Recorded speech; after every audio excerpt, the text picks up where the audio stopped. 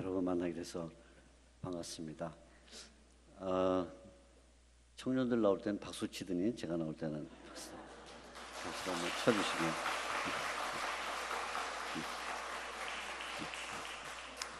사람은 누구나 다 칭찬받고 싶고 박수 받고 싶거든요. 우리 가더제일교회는 제가 여러 차례 이런저런 일로 와서 함께 말씀을 나누는 시간을 가진 적이 있습니다. 특히 우리 어른 성도님들하고 한두 번 뵌 적이 있고요. 또 교사들 특별히 그 외에 아무튼 몇 번인지는 정확하게 모르겠는데 여러 차례 와서 특히 젊은 사람들하고 많이 대화를 나눴던 것 같습니다. 오늘은 청년들 만나게 됐는데 이 성경에 보면 이제 청년에 대한 이야기가 참 많이 나와요. 오늘 들으면서 이 청년부가 주보를 이렇게 하나 줬는데 보니까 여기도 시편 110편 3절 그 유명한 구절이 들어있습니다. 주의 권능의 날에 주의 백성이 거룩한 옷을 입고 즐거워 헌신하니 새벽 이슬 같은 주의 청년들이 주께 나온도다. 참 멋있는 말씀이죠. 청년을 가리켜서 새벽 이슬 같다. 그만큼 신선하고 그만큼 힘이 있고 또 앞날이 밝고 그런 여러 가지 이미지를 한꺼번에 담고 있는 것이 새벽 이슬이라는 용어인 것 같습니다. 근데 청년들은 이렇게 미래가 있고 또 지금 굉장히 젊고 이런 그 좋은 면도 있지만 또 한 가지 청년들한테는 굉장히 불안한 요소도 있어요. 그건 뭐냐면 부양할 가족이 있는 게 아니고 또 스스로 우리는 아직 살아갈 시간이 많다 이런 자부심을 갖기도 하고 또 우리는 얼마든지 노력하면 무엇이든지 해낼 수 있다라는 이런 용기도 있고 그러다 보니까 하나님께서 원하시는 길이 아닌 자기 나름대로 인생을 도전해서 가고 싶은 그런 유혹이 생깁니다. 그래서 어른들보다는 나이가 많은 80, 90 이렇게 된 어른들보다는 젊은 사람들이 잘못된 길로 갈 수 있는 가능성이 매우 높죠. 그런 의미에서 이제 전도서라는 성경 지금 읽어드리니 시편 110편 말고 그 뒤에 나오는 전도서 12장 1절을 보게 되면 젊은이들이 항상 기억하며 살아야 될 대상이 있다 이렇게 말하면서 창조주 하나님을 생각하라 그렇게 말합니다.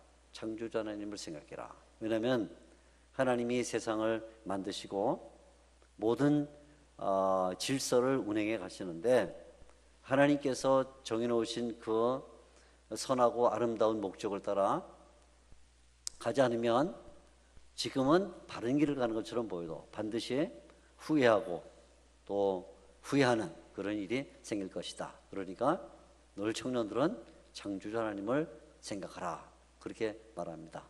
청년들만 한번 따라해 볼까요? 청년의 때 청중을 압도할 수 있는 청년의 때 네, 창조주를 생각하라. 창조주는 누구죠?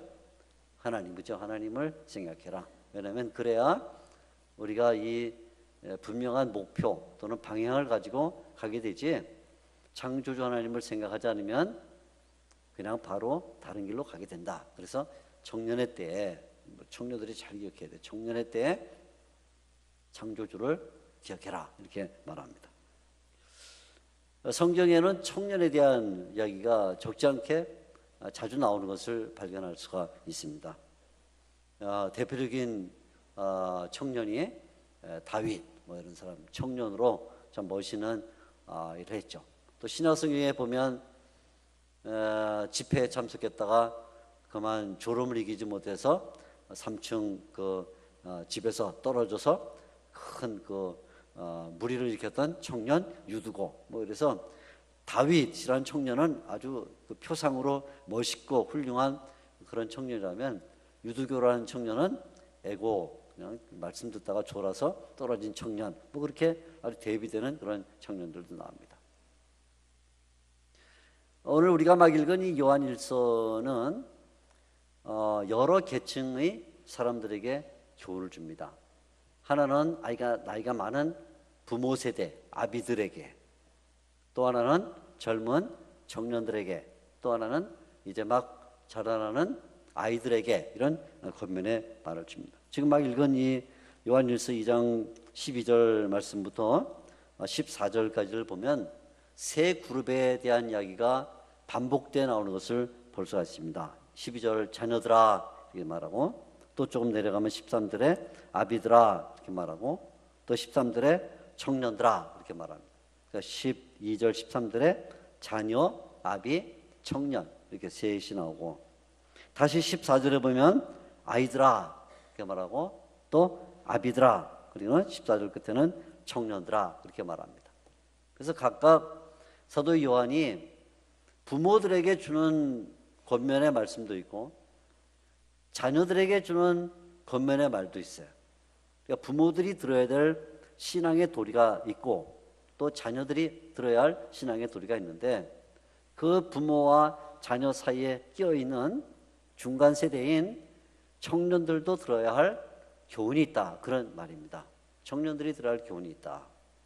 청년들이 잘 들어야 되고요, 또 어른들도 이 말을 잘 들어야 청년들을 잘 보살피고 다음 세대 교회의 소망이 있습니다. 그러니까 오늘 이 요한일서에 나오는 이 청년들에 대한 교훈의 말씀은 당연히 청년들이 잘 들어야 되고, 첫째, 둘째, 어른들도 잘 들으시고 어떻게 청년들을 지켜야 될 것인가 하는 것을 배워야 됩니다. 자, 청년들에게 주는 이 교훈이 뭔가?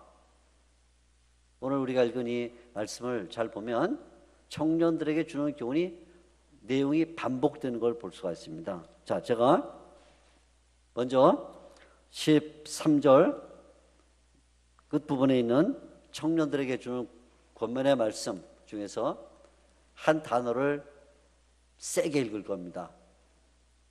말아 맞춰보세요. 어떤 단어를 세게 읽는가? 13절 끝에 청년들아 내가 너희에게 쓰는 것은 너희가 악한 자를 이겼습니다. 하나 발견했죠? 그 다음에 14절 보면 14절 끝에 다시 청년들에게 말하면서 청년들아 내가 너희에게 쓴 것은 너희가 강하고 하나님의 말씀이 너희 안에 거하시며 너희가 흉악한 자를 이겼습니다. 뭘 강조했죠? 악한 자 또는 흉악한 자. 사실은 똑같은 단어인데 이 번역하는 분이 앞에 거는 악한 자 이렇게 번역하고 뒤에 것은 흉악한 자 이렇게 번역을 했을 뿐이에요. 본래 똑같은 단어예요. 그래서 악한 자를 이겼다. 이게 청년들에게 주는 권면 가운데 두 번 반복되는 권면의 공통적인 내용입니다. 그러니까 오늘 우리 청년들에게 주는 이 사도 요한의 권면 가운데 가장 중요하고 또 잊어버려서는 안 되는 권면이 뭐냐면 악한 자를 이겨야 한다 하는 것입니다. 자, 우리 청년들만 따라해 보겠습니다. 악한 자를. 청년 아는 분은 하지 마세요. 지금 좀 이따 같이 할 거니까. 청년만, 뭐 내가 청년이라 생각하시는 분 하셔도 돼요. 90이면 어떻습니까? 청년이라고 생각하면 청년이니까. 자, 일단 청년들만 악한 자를 이겼다. 다 같이 악한 자를 이겨야 한다.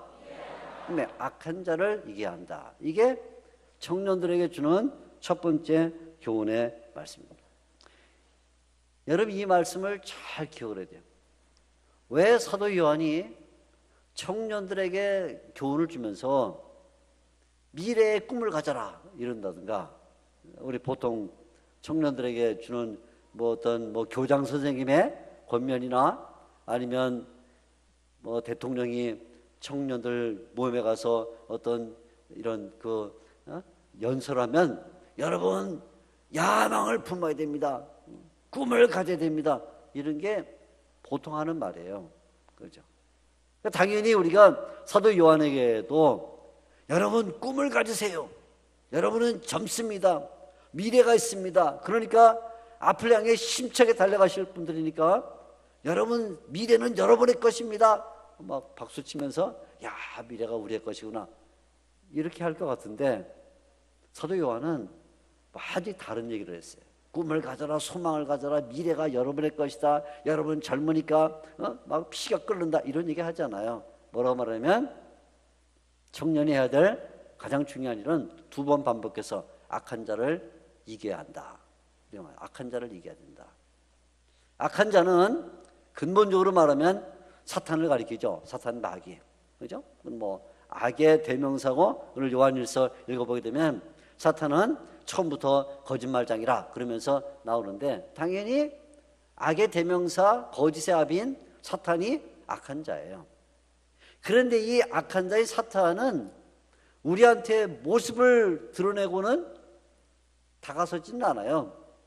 무슨 뭐 공상과학 영화나 아니면 소설처럼 무슨 시커먼 구름이나 아니면 무시무시한 형체를 가진 드라큘라나 뭐 이런 나와가지고 우리를 괴롭히는 그런 일은 없어요. 그건 공상, 과학, 영화, 판타지 소설에 나오는 것인데 악한 자는 마귀 사탄인데 이 마귀 사탄은 눈에 보이지도 않고 만질 수도 없는 존재인데 이 마귀 사탄이 이용하는 도구가 있어요. 이용하는 도구.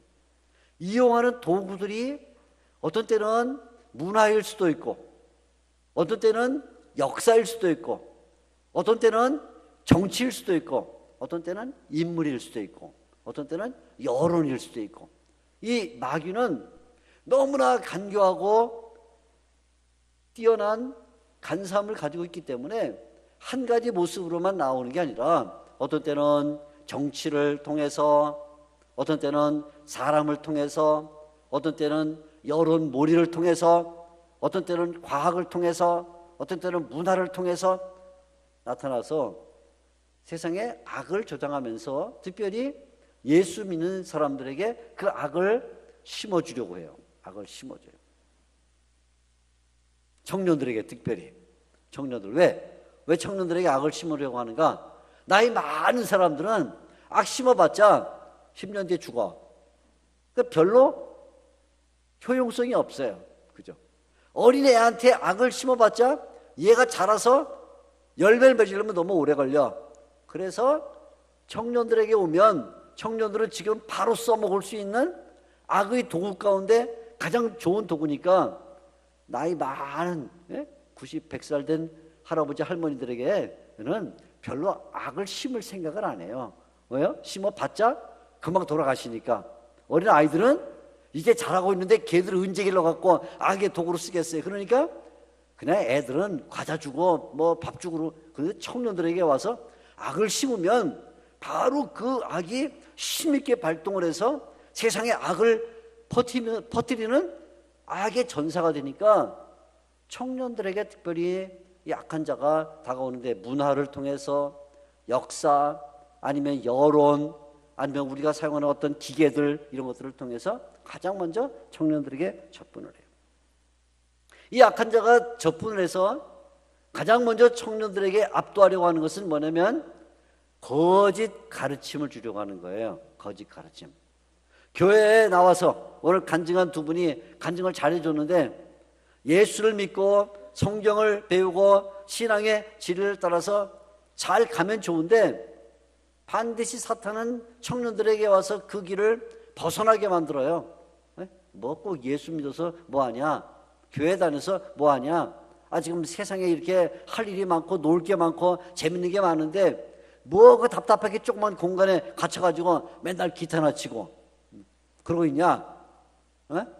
머리가 입이 열어갖고 그냥 맨날 부르는 노래 그 노래 부르고 또 그 노래 부르고 지난주 부른 그 노래 오늘도 부르고 오늘 부른 것도 다음 주 또 부르고 얼마나 배울 노래가 많고 재밌는 게 많은데 그렇게 교회에 매여 있냐 하고는 우리의 마음속에 약한 자가 거짓을 심어요. 거짓.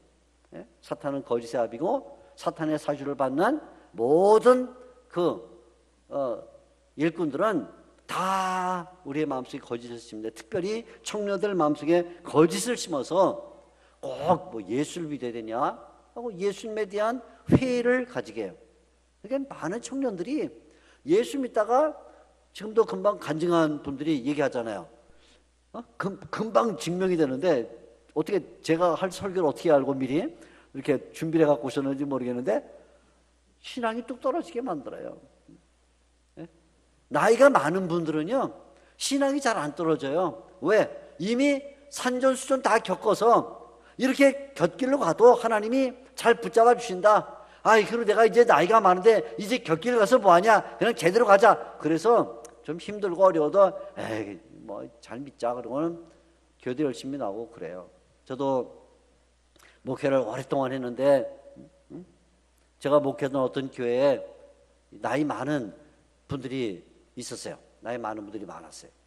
근데 어떤 권사님 경우는 우리 교회까지 오는데 버스 갈아타고 전철 갈아타고 걷고 해갖고 주일 아침에 교회 안 보려면 집에서 출발해서 2시간 걸려오는 분이세요. 2시간 교회 오는데. 그 제가 어느 날 권사님을 만나서 얘기를 했어요. 권사님, 제가 아무래도 걱정도 되고 눈길에 넘어지시거나 빗길에 길 잃어버리면 큰일 나니까 제가 동네에 정말 좋은 교회, 말씀도 잘 전하고 교회도 아주 화목하고 또 참 좋은 교회를 소개할 테니까 앞으로는 그 교회 나가십시오. 권사님이 노발대발하면서 내가 이제 나이 많아서 쓸모없으니까 목사님이 저를 쳐내십니까? 쳐내긴 누가 쳐냈어요. 그냥 좋은 교회 가시라는데. 여기도 계시죠, 그런 분들. 아침에 오셔갖고 지금까지 안 가시고 그냥 여기 오후 예배까지 무조건 다 드리고 간다. 그런 분들 있죠. 일찍, 그런 분들 일찍 와요. 11시에 배우면 한 10시쯤 와요. 일찍 붙어갖고. 그죠? 근데 왜 그러냐면 나이가 드신 분들은 곁길로 갈 일이 별로 없어. 곁길로. 오직 그냥 교회 와서 예배 1시간 전에 와서 끝나고도 1시간 있다 가도 뭐 별 문제가 없어. 그러니까 사탄 마귀가 노인들은 별로 공략을 안 해요. 왜?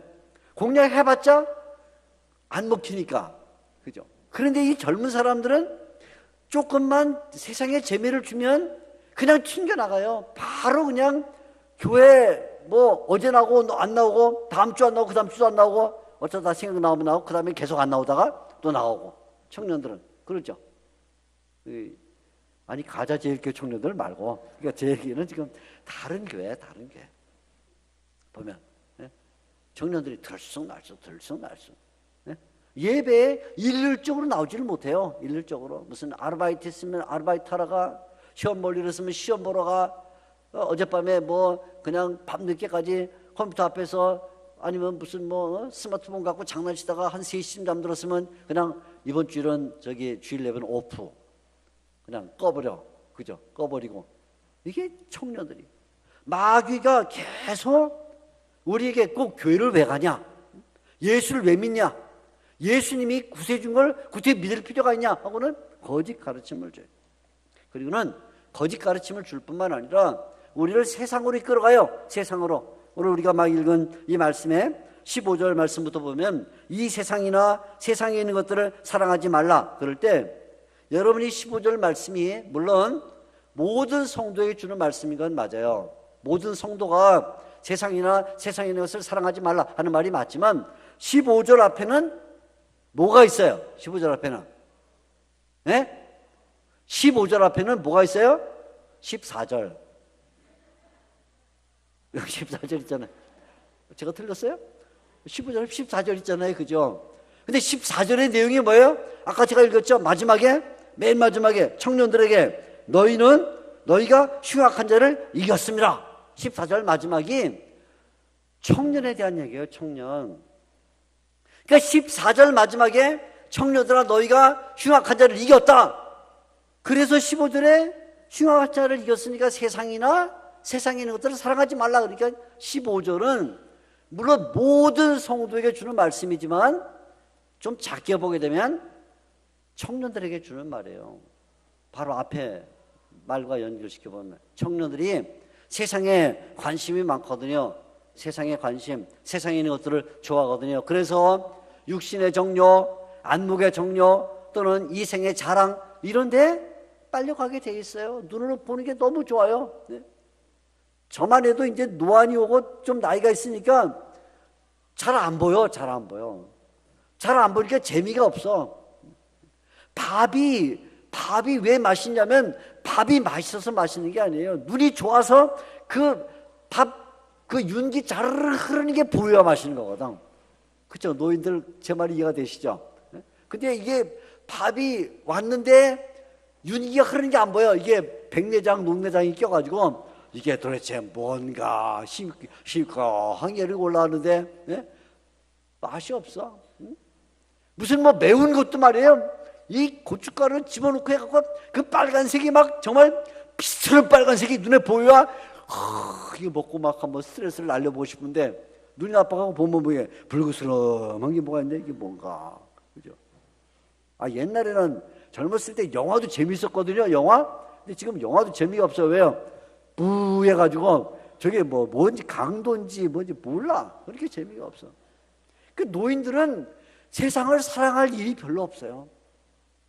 젊은 사람들 눈이 좋잖아요. 그죠? 눈이 좋아요. 딱 보는 게 다 갖고 싶고 먹고 싶고 가보고 싶고 안목의 정욕. 게다가 자기를 자랑하고 싶어요. 자기를 자랑하고 싶어요. 예? 육신이 살아있어요. 그래서 세상으로 간다고요. 그러니까 사도 요한이 이 청년들에게 주는 내용 가운데 악한 자를 이겨야 되는데 이 악한 자는 뭐냐? 세상을 사랑하는 것이다. 세상을 사랑하는 거. 우리 청년들 세상을 너무 좋아하면 안 돼요. 세상보다 조금 늦는 게 좋아. 조금 늦는 게 좋아. 얼리버드 알죠? 얼리버드. 얼리버드 뭐예요? 얼리버드. 새로운 기계 나오면 무조건 사고 싶은 거. 그죠? 응? 스마트폰 새로 나오면 바로 그 다음날 가서 사. 나도 좀 그런 게 있어. 나도. 그래서 문제인데 아무튼 막 사고 싶어. 네? 네. 무슨 자동차 광. 차가 나오면 차가 말짱한데 또 바꾸고 싶은. 카메라 광. 카메라 이미 좋은데 또 새거 나왔으면 또 사고 싶은. 이 얼리버드가 있는데 아침에 일찍 깨는 벌레를 어떻게 된다? 먼저 잡혀먹는다. 알죠? 아침에 일찍 깨는 새는 벌레를 많이 잡아먹지만 아침에 일찍 깨는 벌레는 빨리 잡혀먹어. 그게. 사탄이 좋아하는 게 뭐냐면 세상을 빨리 좋아하는 사람들, 세상에 궁금한 사람들, 세상에 뭐가 새로운 일이 있으면 거기에 가고 싶은 사람들은 잡혀먹어요. 그래서 세상을 사랑하지 마라. 세상을 좋아하지 마라. 그렇게 말하는 거예요. 게다가 이 사탄은, 마귀는, 흉악한 자는 우리에게서 사랑을 빼앗아가요. 사랑을. 그러니까 요한 1서를 읽어보면 서로 사랑하자, 서로 사랑하자 자꾸 말하는 이유가 뭐냐면 사탄이 청년들의 마음에 뭘 집어넣으면 이기적인 마음을 집어넣어. 이기적인 마음. 네. 그래서 뭐예요? 다른 사람보다는 내가 영광을 취하고 싶은 그런 마음을 가져. 그죠? 지금 금방 우리 이 아이스하키 선수 나왔었는데 아이스하키 선수 대답해. 네? 이 아이스하키 할 때 혼자 해? 팀이 해? 팀이 하죠. 보세요. 딱 그러죠. 팀이 한다고. 좋은 선수에 그러니까 말 대답을 제가 하죠. 그랬으면 그 나쁜 선수야. 왜? 자기 혼자 절대로 팩을 넣을 수가 없어. 왜요? 이건 팀이 같이 몰아줘야 되는 거야. 물론 어떤 한 사람이 많이 넣는 건 맞아요. 그러나 그것은 다 나 혼자 하는 게 아니에요. 축구라든지 야구라든지 배구라든지 뭐라든지 혼자 하는 경기를 제외하고는 모든 경기는 다 팀워크이 중요해요. 팀워크. 같이 해야 된다고 같이. 그런데 젊은 사람들 마음속에는 자기가 영웅이 되고 싶어요. 영웅. 그래서 팀워크를 깨요. 팀워크를 깨. 사랑을 자기만 받고 싶어해. 다른 사람과 공유하고 싶어 하질 않아. 그러니까 늘 질투가 생기고 또 시기가 생기고 증오심이 생겨. 우리 청년부 가자질 게 청년부 그런 거 없죠? 시기, 질투, 증오. 어? 다른 사람이 막 칭찬받으면 저 새끼가 왜 칭찬을 받을까? 저게 나보다 저게 키도 안 크고 얼굴도 못생기고 왜 그죠? 어떤 자매가 막 이렇게 올라가면 막 시기가 나갖고 말이야. 어떻게 끌어내리려고 막 어떻게 끌어내릴까 막 작전 짜고 그러면 안 되죠. 사랑을 서로 사랑하자. 요한일서 보면 서로 사랑하자. 왜냐하면 사탄은 악한 자는 교회에 들어와서 성도들을 분란시키기를 좋아해요. 오늘날 대한민국 교회에 사탄의 전략이 잘 통해요. 잘 통해. 그죠? 교회들마다 다 쪼개놨어요. 다 쪼개놨어요. 다 쪼개놔가지고. 예? 분란이 일으키고 말이에요. 그죠? 좀 내가 져야 되는데 내가 양보하고, 아, 그래. 저분이 참 높아지니까 내가 감사하다. 이래야 되는데, 예? 저분이 높아지면 막 배 아프고 시가 나고. 청년들도 그렇게 만들거든요. 특별히 청년들은 훨씬 민감하고 예민한 시대이기 때문에 다른 사람이 뭐 잘한다 그러면 견딜 수가 없어요. 그래서 사탄이 그 마음을 준다. 그 마음을. 그러니까 사도 요한이 청년들에게 주는 첫 번째 권면이 뭐냐면 악한 자를 이겨야 한다. 따라합시다. 청년들만 악한 자를, 세계 악한 자를. 아니, 목소리가 왜 이렇게 작을까? 난 혼자인데도 이렇게 큰데. 다시 악한 자를 이겨야 한다. 다 같이 하고 있으면 악한 자를 이겨야 한다. 예? 거짓 가르침을 따르지 말아라. 세속화의 길을 가면 안 된다. 이기적인 사랑을 가지면 안 된다. 이게 악한 자를 따르지 말라는 거예요. 근데 이게 이제 사도 요한이 첫 번째 주는 권면이고 이거로 끝나는 게 아니고 하나가 더 있어요. 뭐라냐? 14절 말씀 보면 악한 자를 이기려면 어떻게 되는가? 14절 끝에 중간부터 청년들아, 제가 오늘 단어를 세게 읽습니다. 잘 보세요. 청년들아, 내가 너희에게 쓴 것은 너희가 강하고 하나님의 말씀이 너희 안에 거하시며 너희가 흉악한 자를 이겼습니다. 뭐라 그래요? 강하다. 악한 자를 이기려면 청년들이 뭐 해야 되냐면 강해야 된다. 강해야 돼. 약해 빠지면 믿음이 약해 빠지고, 정신력이 약해 빠지고, 의지가 약하면 이 사탄 거짓을 가르치고 세속화를 가져오고 사랑을 깨뜨리는 이 사탄을 이길 수가 없어요. 그러니까 뭐 해야 되냐면 강해라. 그래서 첫 두 번째 주는 권면이 뭐냐면 강하라는 거야. 강해야 된다.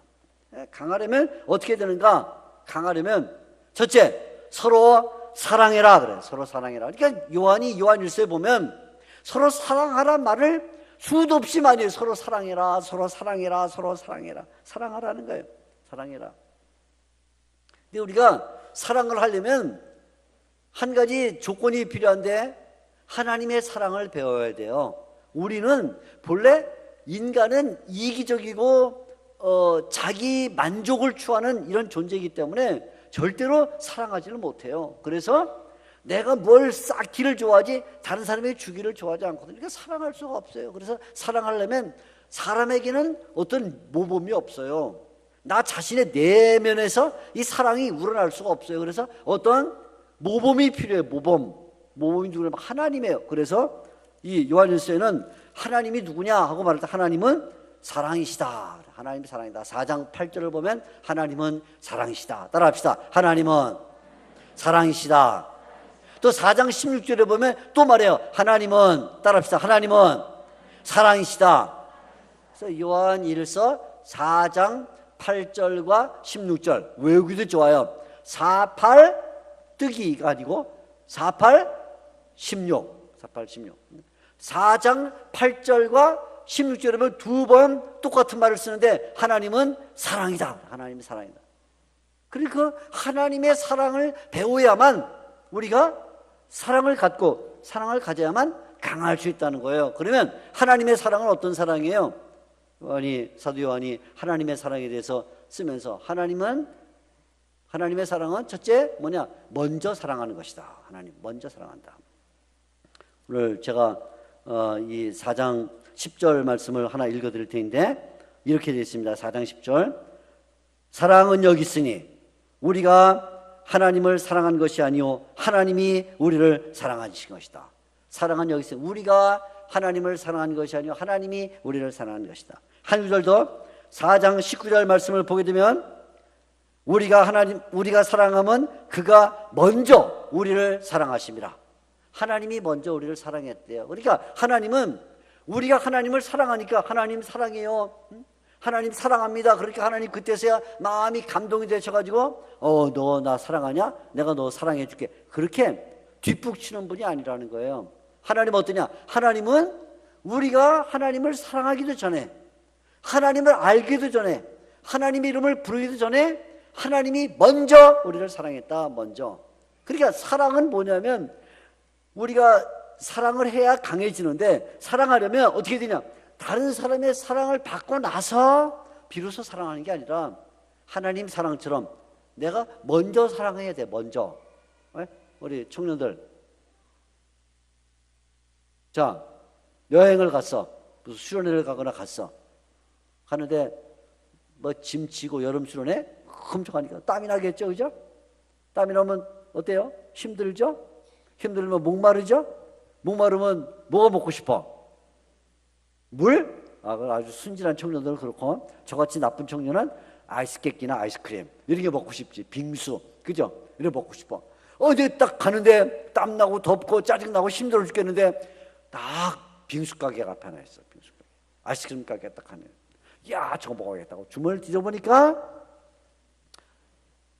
하필이면 돈 1인분밖에 없어. 1인분. 옆에 형제가, 옆에 자매가 막 땀을 비오듯이 흘리고 막 진이 다 빠지고 기절할 상태까지 있는 이런 형제가 또 자매가 있는데, 그래 너희들 기절해, 나는 먹고 올게. 기절하도록 두고 자기 가서 아이스크림 집에서 아이스크림 빨아먹거나 빙수 퍼먹으면서 쟨 잘 기절했네. 어떻게 영화배우처럼 기절했지? 그러면 안 되죠. 그러면 어떻게 돼요? 먼저 사랑하라 하는 말은 내가 기절하고 그 사람에게 그 먹을 걸 줘라, 그 말이야.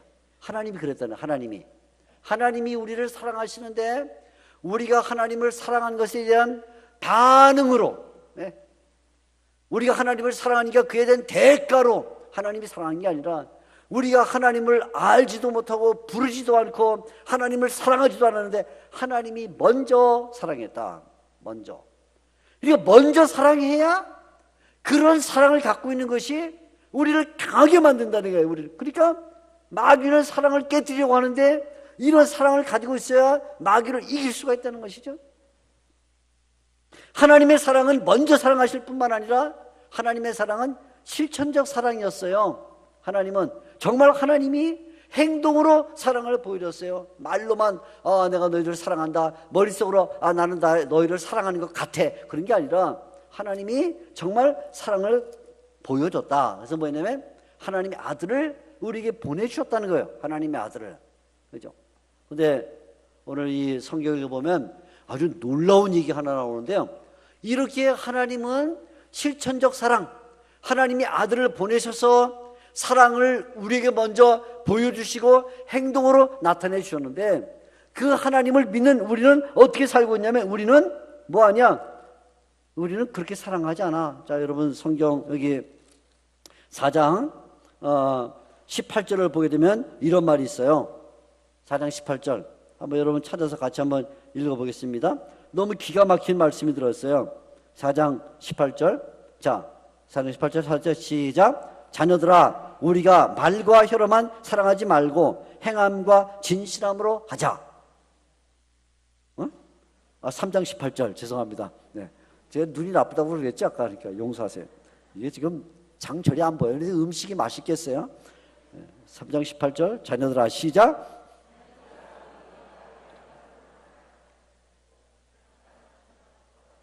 말과 혀로만 사랑한다. 무슨 말이냐면 가난한 사람이 있어. 어이구 얼마나 힘들어.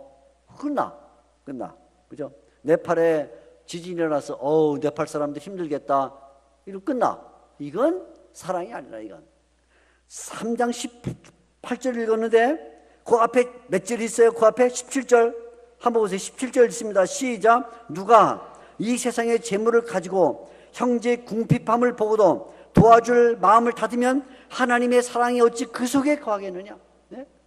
무슨 얘기냐면 어떤 형제가 배가 고파요. 배가 먹지를 못해서. 그런데 배고픈 형제를 보면서 너 참 배고프겠다. 많이 먹어야지. 그건 사랑이 아니라고. 사랑이. 추운 겨울에 어떤 형제가 옷이 없어서 달달달 다 떨고 있는데 아이고 추운 겨울에 얼마나 춥냐, 옷을 좀 많이 입어야지. 그건 사랑이 아니라고요. 그건 뭐예요? 3장 18절 말과 혀로만 사랑하는 거라고. 하나님은 어떻게 했어요? 우리가 죄악 가운데 빠졌을 때에, 비참한 가운데 있을 때에, 사탄이 올무어 있을 때 우리를 보시면서 멀리서 야 너희들 참 힘들겠다, 어이구 힘들겠네, 거기서 나와. 그러고 가만히 계신 게 아니에요. 뭐였냐면 하나님의 아들을 보내서 우리를 끄집어내는 실천적 사랑을 보여줬단 말이죠. 그러니까 마귀를 이길 수 있는 능력은 어떤 사랑이냐면 실천적 사랑해야 된다. 실천적 사랑. 예? 우리 교회 성도님들이 청년들한테 실천적 사랑을 보여줘야 돼요. 실천적 사랑. 예? 아, 청년들이 우리의 미래다, 우리 다음 세대를 이끌어갈 미래다, 이렇게 보면 자주 간식도 맛있는 거 넣어주고. 청년들은 아멘 해야 되는데 이때 청년들은, 그죠? 가끔 이렇게 회식도 좀 시켜주시고. 뭐 청년이 뭐 한 3,000명 되는 것도 아니고, 그죠? 여기 찬양 나오고 그 정도니까, 한 사람당 만 원짜리 사줘도 얼마 안 되겠으니까 야 너희들 얼마나 수고하냐 하고는 어른들이 말해 돌아가면서 365일 먹이세요. 아멘. 빨리 아멘 해야죠. 아멘. 그죠? 그래야 청년들이 야 좋다, 우리가 정말 우리 진짜 교회가 우리를 다음 세대로 믿어주는구나 하고는 믿음 생활을 잘하죠. 청년들이 그냥 이렇게 간식도 없어서 찔찔 굶고 수련회 가도 수박 한 통 못 먹고 있는데 전화해갖고 야 니들 덥냐? 그래 수박 많이 먹어. 그건 아니지. 그건 말과 혀로만 사랑하는 거지. 그죠? 그건 악한 자를 이길 수가 없어요. 게다가 하나님의 사랑은 먼저 사랑이고 실천적 사랑일 뿐만 아니라 희생적 사랑이었어요. 희생적 사랑. 뭐였냐? 하나님의 아들을 그냥 보내신 거로 끝난 게 아니라 그 하나님의 아들이 와서 십자가에 달려 죽었어요. 하나님의 아들이 화목제물이 됐어요. 요한일서를 보면 예수님을 가리켜서 화목제물이라고 말하는 게 여러 번 나오는데, 예수님이 화목제물, 희생이 당했다. 희생, 우리를 위해서. 그래서 하나님의 사랑은 희생적 사랑이에요. 내가 돈이 많아서 사람을 도우면 그건 그냥 자선이에요. 자선. 자선이라고. 자선. 내가 있는 것 가운데 일부러 나눠주는 거니까. 그런데 내가 돈이 없어, 나도 가난해, 그런데 가난한 사람에게 내 걸 줘, 그러면 그건 희생이야. 희생. 자선과 희생은 달라요. 기독교는 자선의 종교가 아니에요. 자선의 종교는 불교, 뭐 이런 종교는 자선의 종교예요. 그런데 기독교는 자선의 종교가 아니라 희생의 종교야. 내가 못 먹어도 다른 사람을 먹이는 것, 이겁니다. 이게. 그게 마귀를 이기는 거예요. 마귀는 절대로 희생을 안 해. 마귀라는 놈은 지 몫을 다 챙기는 놈이에요. 마귀라는 놈은 절대로 희생을 안 합니다. 손해를 안 봅니다. 그러니까 마귀예요. 그런데 마귀가 제일 무서워하는 게 누구냐면 헌신, 희생하고 손해보고 순교의 길 간 사람 제일 무서워요. 왜? 자기가 못하는 거거든요. 마귀는. 그러니까 마귀는 우리의 마음속에 그런 사랑 뭐하러 베푸냐, 그냥 말로 사랑하고 말어, 혀로 사랑하고 말어 할 때 우리는 먼저 사랑하고 실천적 사랑을 하고 희생적 사랑을 하면 마귀를 이길 수 있는 능력을 갖게 된다. 청년들이 젊은 시절부터 이 사랑을 배워야 돼요. 그러면 마귀가 얼씬도 못해. 그뿐만 아니라 마귀를 이길 뿐만 아니라 여러분 가는 길에 대로가 열려. 이제 그만할까요? 그만할까요? 이제 시간도 많이 된 것 같은데. 그래도 하나를 더 해야 돼. 그래서 사도 요한이 하나 중요한 걸 남겨놨거든. 뭘 남겨놨냐? 자, 다시 2장 14절로 돌아와요. 2장 14절. 악한 자를 이겨야 된다. 악한 자를 이기려면 강해야 된다. 사랑을 가져야 된다. 그렇죠? 그런데 거기에 하나를 더 말하기를, 이런 사랑을 가지려면 어떻게 되느냐 하는 걸 말하고 있어요. 14절. 자, 제가 마지막에 청년들에게 주는 말이 있습니다. 청년들아, 내가 너에게 쓴 것은 너희가 강하고 하나님의 말씀이 너희 안에 거하시며 너희가 흉악한 자를 이겼습니다. 자, 그러니까 보세요. 흉악한 자를 이기려면 그냥 감성적으로 뭐 정서적으로 사랑을 가지고 내가 가지고 있는 먹을 것 마실 것 나눠주고 하는 것만 갖고 이길 수 있냐? 못 이겨요. 그건 분명히 하나의 좋은 무기이긴 하지만 정말 하나님의 청년들이 가져야 될 무기는 뭐냐? 하나님의 말씀이 그 속에 거해야 된다 그래요. 하나님의 말씀이 거해야 된다.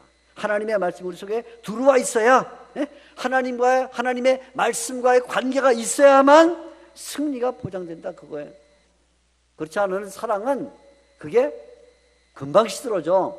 사랑이라고 해도 당장에 내가 먹을 게 없는데 자꾸 주라 그러면 짜증나거든요. 그러니까 몇 번 하다가 그만둬요. 그러니까 하나님의 말씀이 보증을 해주고 하나님의 말씀이 후원을 해야 그 사랑이 끈질기게 베풀어지니까 하나님의 말씀이 너희 속에 머물러야 된다 그렇게 말하고 있어요.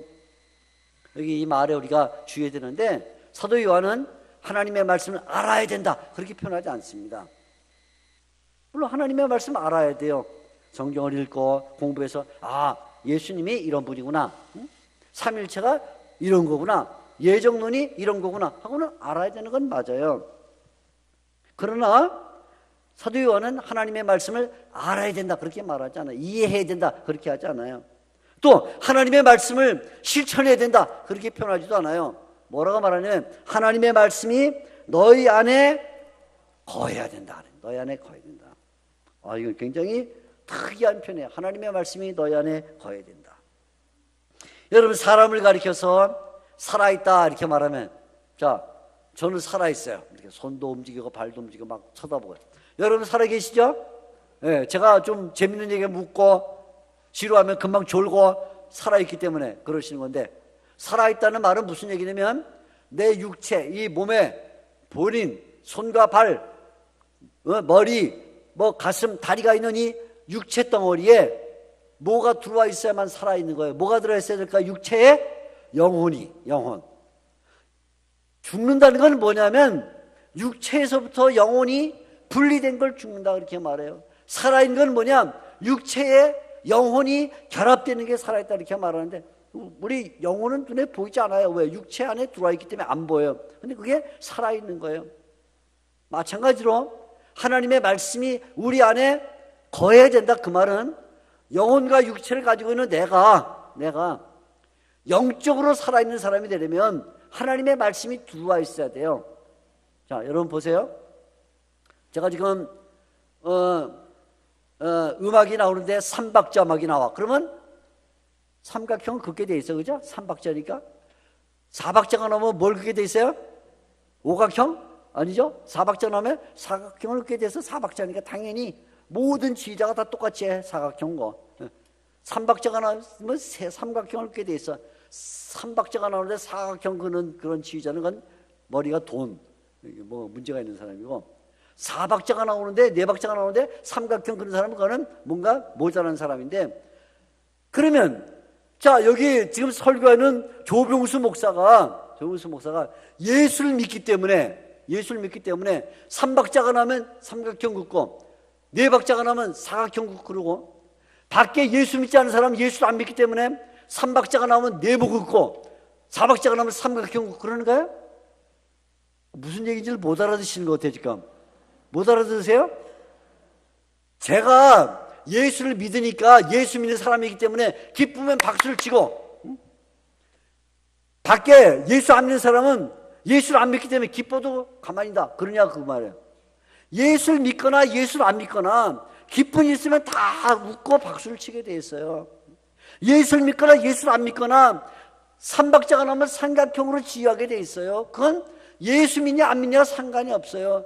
왜냐하면 살아있기 때문에, 영혼과 육체가 결합되어 있기 때문에 물리적으로 살아있는 사람은 기쁘면 춤을 추고 슬프면 눈물을 흘리게 돼 있어요. 예수 믿건 예수 믿지 않건 간에. 그런데 문제는 뭐냐면 그렇게 물리적으로 살아있는 육체와 영혼이 결합되는 그 사람이 하나님의 말씀을 받으면 그 사람은 물리적으로만 살아있는 게 아니라 영적으로 살아요. 영적으로. 그런데 아무리 물리적으로 살아있어도 하나님의 말씀이 그 속에 들어가지 않으면 그 사람은 물리적으로만 살아있는 거야. 영적으로 살아있질 않아. 그러니까 사도 바울이 예수 믿지 않는 사람들을 가르쳐 뭐라고 말하냐면 죽었다. 응? 에베소서 2장 1절이나 이런 성경에 보면 너희가 전에 죽었다. 그 사람이 영혼과 육체가 분리되게 죽었다는 말이 아니라 하나님의 말씀이 그 속에 없기 때문에 죽었다 그렇게 말하는 거예요. 그러니까 정말 우리가 영적으로 살아있는 사람이 되려면 뭐야 되냐면 하나님의 말씀이 우리 속에 머물러야 돼. 우리 청년들이 오늘 여기 나와서 간증도 하고 찬양도 하고 말씀도 듣고 예배 드리고 있는데 여러분이 영혼 속에 여러분의 인생에 하나님의 말씀이 머물지 않으면 그게 다 뭐냐면 그거는 육체일을 하고 있는 거예요. 육체일. 찬양하는 것도 육체일이고요, 간증하는 것도 육체일이고요, 예배하는 것도 육체일이에요. 뭐가 없으면 우리 속에 하나님의 말씀이 들어와 있지 않으면 그냥 겉모습만 예배예요. 겉모습만 찬양이고 이게. 그런데 하나님의 말씀이 들어와서 우리 속에 거해야 그 사람이 예배하는 것이 그 예배고 찬양하는 게 찬양인 거예요. 그러니까 이 사도 요한이 악한 자를 이기고 강하려면 뭐 해야 되냐? 하나님의 말씀이 우리 속에 들어와 있어야 된다. 그렇게 알려주고 있는 거예요. 하나님의 말씀이.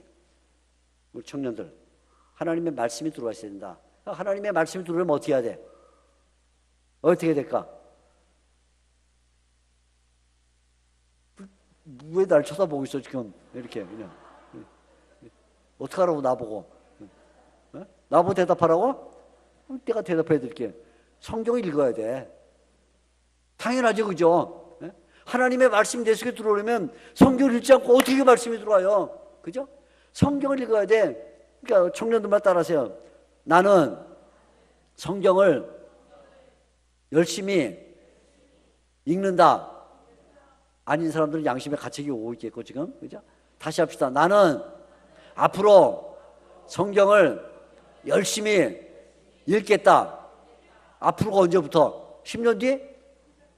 그때는 청년이 아니야. 그때 장년이니까 소용이 없어. 지금 여러분이 성경을 읽으세요. 성경을.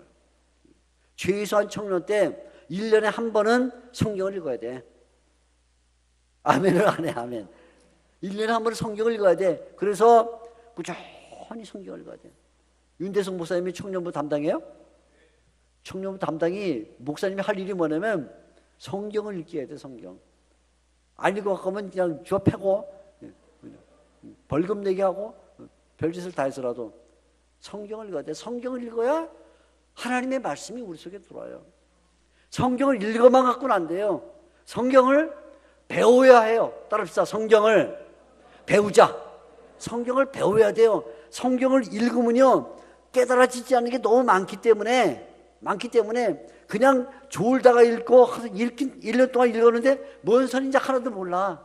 그러니까 청년부 열심히 나오고 성경 공부 열심히 하고 큐티도 하고 하면서 성경을 공부를 해야 돼. 성경을 공부해서 아, 이 뜻이구나.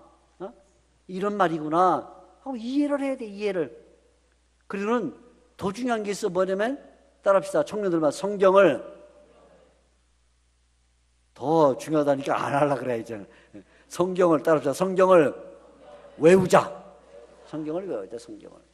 여러분, 저도 지금 성경을 외우고 있는 것들이 대부분 청년 때까지 외운 성경이에요. 그 이후는요 머리가 돌이 돼요. 아시죠? 지금 우리 어른들은 제가 무슨 말 하는지. 그죠? 머리가 내가 돌이 되고 싶어 되는 게 아니라 그게 하나님의 순리야.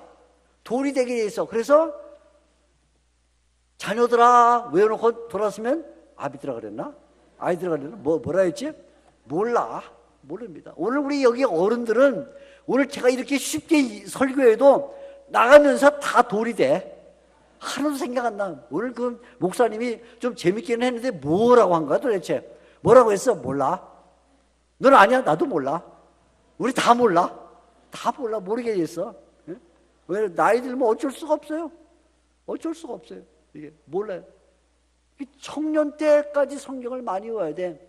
성경을 많이, 기본 성경 특별히 많이 외워야 됩니다. 그래서 나이가 들어도 청년 때 외운 것은 안 잊어버리거든요. 그렇게 돼 있어요. 그렇게 하나님이 그렇게 줬어요, 사람을. 그래서 청년 때 많이 외워야 그 말씀이 우리 속에 들어와 있다고. 우리 속에 말씀이, 하나님의 말씀이 너희 속에 거해야 된다. 이게 사도 요한이 청년들에게 주는 거예요. 그래야 그 말씀이 우리의 삶을 지도해요. 네?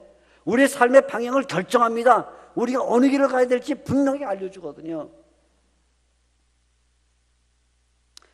다음번에는 저를 청년부 헌신예배에 부를 일은 없겠지만 만약에 부른다면 그때는 이제 10년 뒤에 부르면 이 청년들 없을 테니까 소용이 없고, 아마 뭐 내년쯤 다시 부른다면 이렇게 세워서 이제 몇 구절 요나 확인할 수 있겠죠. 그죠? 그렇게 안 부를 거라고 분명히. 그죠? 확인할 것 같으니까. 자, 오늘 제가 우리 청년들에게 주는 사도 요한의 교훈 3가지를 말씀을 드렸습니다. 첫째, 악한 자를 이겨야 된다. 둘째, 악한 자를 이기려면 강해야 된다. 성경 말씀 그대로예요. 세 번째, 강해지려면 하나님의 말씀이 거해야 된다. 자, 우리 14절 말씀 또 있죠, 지금? 또 있습니까? 한번 띄워주세요. 성경 구절. 14절만 같이 한번 크게 읽어보면서, 특별히 청년들아 나오는 그 부분부터 제가 말씀드린 3가지를 마음속에 두고 크게 읽어보겠습니다. 14절 아비들아 시작.